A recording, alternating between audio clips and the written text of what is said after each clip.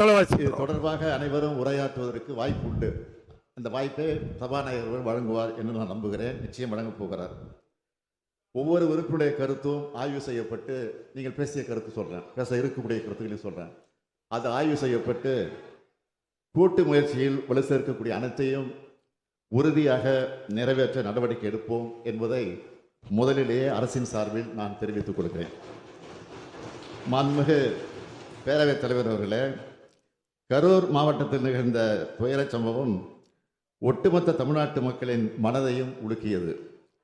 நம் அனைவரையும் பெரும் அதிர்ச்சிக்கும் சோகத்திற்கும் உள்ளாக்கியது. இறந்து போனவர்களுக்கு ஆழ்ந்த அஞ்சலியை நான் செலுத்துகிறேன். உறவுகளை இழந்தவர்கள் அனைவருக்கும் எனது ஆழ்ந்த இரங்கலையும் தெரிவித்துக் கொள்கிறேன்.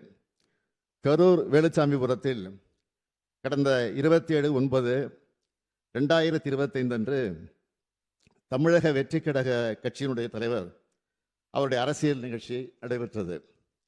அந்த கட்சியின் கரூர் மேற்கு மாவட்ட செயலாளர் இதற்கான அனுமதியை கோரி பல்வேறு இடங்களில், அவர் அனுமதி கோரிய இடங்களில் போக்குவரத்து நெரிசல் இருக்கும் என்பதாலும் பொதுமக்களுக்கு தொல்லை ஏற்படும் என்பதாலும் பாதுகாப்பு காரணங்களாலும் அனுமதி வழங்கவில்லை.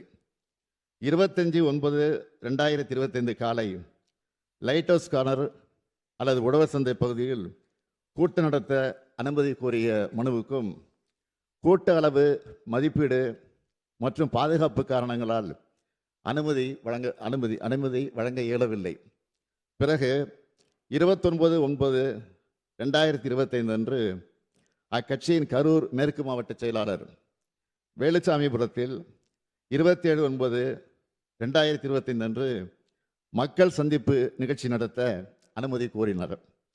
அவர் கொடுத்த மனு ஏற்கப்பட்டு 11 நிபந்தனைகளுடன் அனுமதி வழங்கப்பட்டது.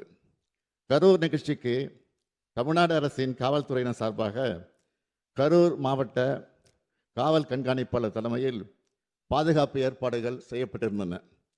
3 கூடுதல் காவல் கண்காணிப்பாளர்கள், 5 காவல் துணை கண்காணிப்பாளர்கள், 18 ஆய்வாளர்கள், 75 உதவி ஆய்வாளர்கள், ஆயுதப்படை காவலர்கள் உள்ளிட்ட 515 காவலர்கள் கரூர் மாவட்டத்திலிருந்து பாதுகாப்பு பணியில் ஈடுபடுத்தப்பட்டு இருந்தனர். இது மட்டுமின்றி வெளி மாவட்டங்களிலிருந்து 1 காவல் துணை கண்காணிப்பாளர், 2 ஆய்வாளர்கள், 8 உதவி ஆய்வாளர்கள், 60 ஆயுதப்படை காவலர்கள், 20 அதிவிரைவு படை காவலர்கள் என 91 பேர் வரவழைக்கப்பட்டிருந்தனர். அன்றைய தினம் பாதுகாப்பு பணிக்காக அதிகாரிகள் மற்றும் காவலர்கள் என மொத்தம் 606 பேர் ஈடுபடுத்தப்பட்டிருந்தனர்.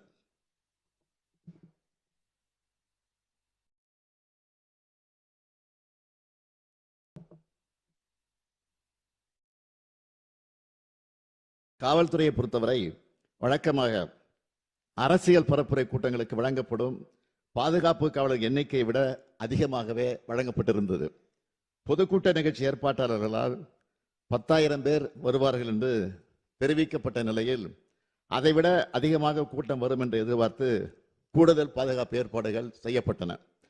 கூட்டம் நடத்த அனுமதி கோரி கொடுத்த கடிதத்தில் மாலை 3 மணி முதல் இரவு 10 மணி வரை என்று குறிப்பிட்டிருந்தார்கள். ஆனால் செய்தியாளர் சந்திப்பு மற்றும் சமூக ஊடகங்களில் மதியம் 12 மணிக்கு கட்சித் தலைவர் கரூர் வருவதாக அக்கட்சியின் பொதுச் செயலாளர் தெரிவித்திருந்தார். இதனால் கரூரில் காலை முதலே மக்கள் வர தொடங்கிவிட்டனர். 27/9/2025 அன்று அக்கட்சியின் தலைவர் சென்னையில் இருந்து காலை 8:40 மணிக்கு புறப்பட்டு 9:25 மணிக்கு திருச்சி வந்தடைந்தார். அதன் பின்னர் நாமக்கல் நிகழ்ச்சியில் கலந்து கொண்ட பிறகு கரூருக்கு இரவு 7 மணிக்கு வந்துள்ளார். அதாவது அறிவிக்கப்பட்ட 12 மணி கடந்து 7 மணி நேரம் கழித்துதான் வந்தார். இந்த காலதாமதம் கூட்ட நெரிசலுக்கு முக்கிய காரணமாக அமைந்தது. இங்கே அனைத்து கட்சி சார்ந்தவர்களும் இருக்கிறீர்கள். உங்கள் அனைவருக்கும் தெரிந்த விஷயம்தான். கூட்ட ஏற்பாட்டாளர்கள் சில முக்கியமான ஏற்பாடுகளை செய்ய வேண்டும். அவை அன்றைய தினம் கரூரில் செய்யப்படவில்லை. காலை முதல் காத்திருந்த மக்களுக்கு போதிய குடிநீர் இல்லை, உணவு வழங்க எந்த விதமான ஏற்பாடுகளும் நிகழ்ச்சியை ஏற்பாடு செய்தவர்களால் செய்யப்படவில்லை. இயற்கை பாதைகளை கழிக்க பெண்களால் வெளியில் செல்ல முடியவில்லை. சம்பவம் நடந்த அதே வேலுச்சாமிபுரத்தில் இதற்கு 2 தினங்களுக்கு முன்பாக, அதாவது 25/9/2025 அன்று மாண்புமிகு எதிர்க்கட்சி தலைவர் அவர்கள் கலந்து கொண்ட பரப்புரை நிகழ்ச்சி நடந்துள்ளது. அந்த கூட்டத்தில் பங்கேற்றிருந்தவர்கள் முறையாக ஒருங்கிணைக்கப்பட்டு கட்டுப்பாட்டோடு நடந்து கொண்டனர்.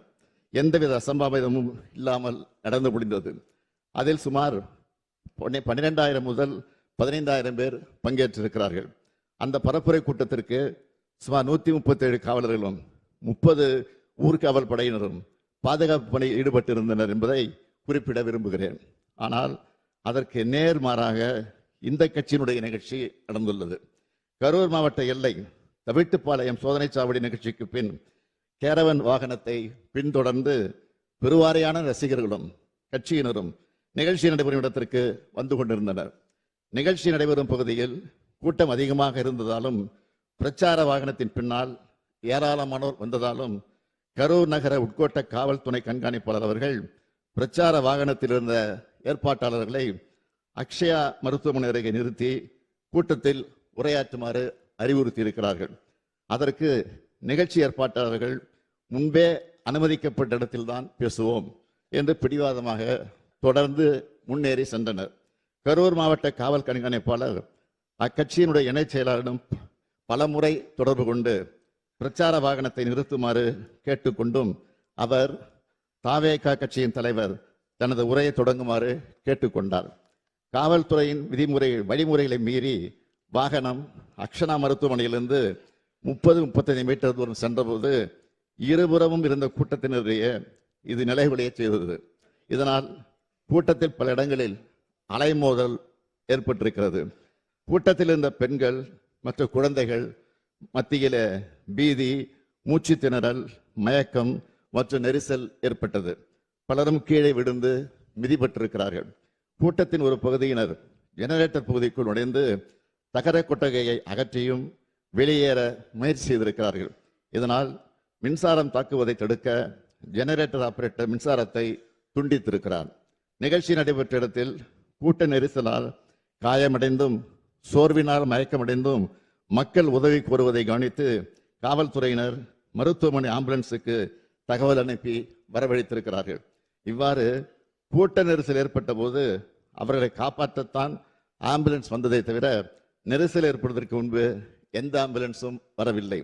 காவல்துறை, தீயணைப்பு மற்றும் மீட்புத் துறையினர் மற்றும் ஆம்புலன்ஸ் மீட்பு குழுவினர் காயமடைந்தவர்களை மீட்டு அருகில் உள்ள மருத்துவமனைகளுக்கு அனுப்பி வைத்தனர்.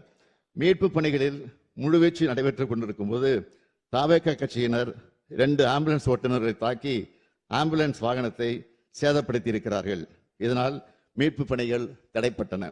இது தொடர்பாக கரூர் நகர காவல் நிலையத்தில் 2 வழக்குகள் பதிவு செய்யப்பட்டு விசாரணை நடந்து வருகிறது. சம்பந்தப்பட்ட நபர் கரூர் நீதித்துறை நடுவர் முன்பு சரணடைந்திருக்கிறார். மற்றொரு குற்றவாளி 2 வழக்குகளிலும் தொடர்புடையதாக கைது செய்யப்பட்டிருக்கிறார். மாண்புமிகு பேரவைத் தலைவர் அவர்களே, கரூரில் தமிழக வெற்றி கழக கட்சியின் பரப்புரை கூட்டத்தில் நெரிசல் ஏற்பட்டு மக்கள் இறப்பு ஏற்பட்டுள்ளது என்று தகவல் அறிந்த உடனேயே தமிழ்நாடு அரசு உடனடி நடவடிக்கைகளை மேற்கொண்டது.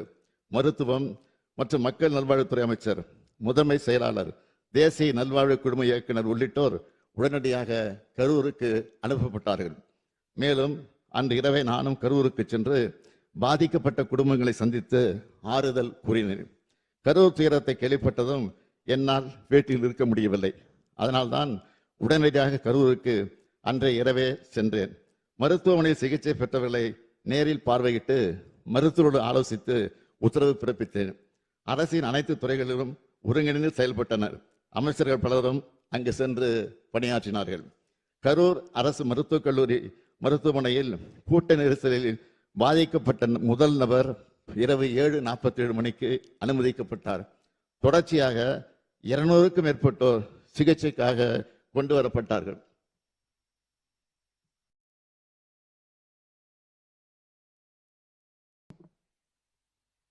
அனுமதிக்கப்பட்டவர்களுக்கு சிறப்பு சிகிச்சை அளிப்பதற்காக சேலம், நாமக்கல், மதுரை, திருச்சி, திண்டுக்கல், கோயம்புத்தூர், புதுக்கோட்டை ஆகிய இடங்களிலிருந்து 152 மருத்துவர்கள், செவிலியர்கள், மருத்துவ உதவியாளர் பணியில ஈடுபட்டார்கள்.